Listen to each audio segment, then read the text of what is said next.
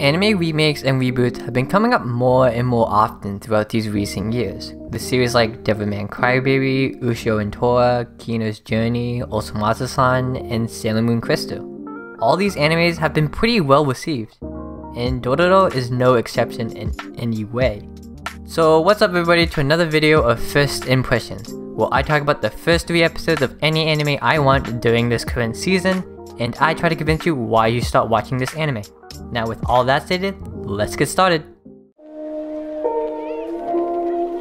Like I said before, Dororo is actually an anime remake, with the original anime airing in 1969, and having the original manga being published in 1967 through 1968.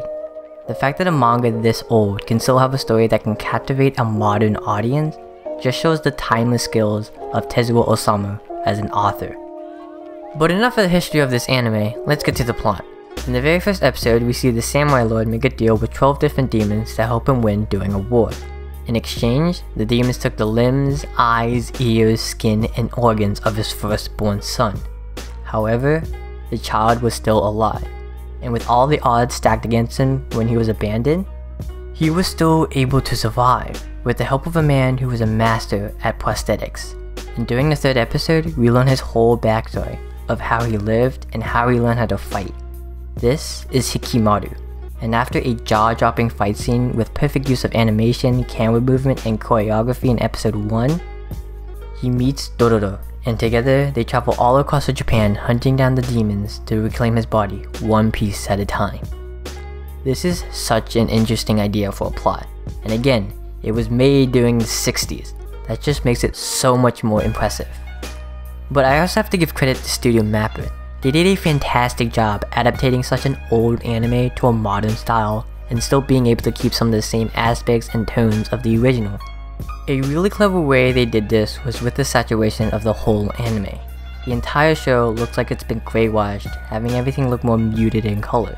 This really helps off give the feeling of an older anime, even though it's being made in 2019. And lastly, I would hate myself if I don't talk about the opening. So start the music.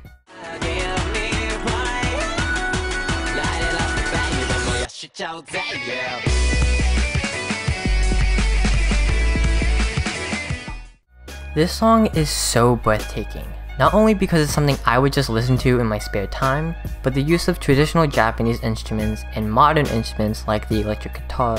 It's a beautiful representation of giving homage to the original source, but still adding that modern flair.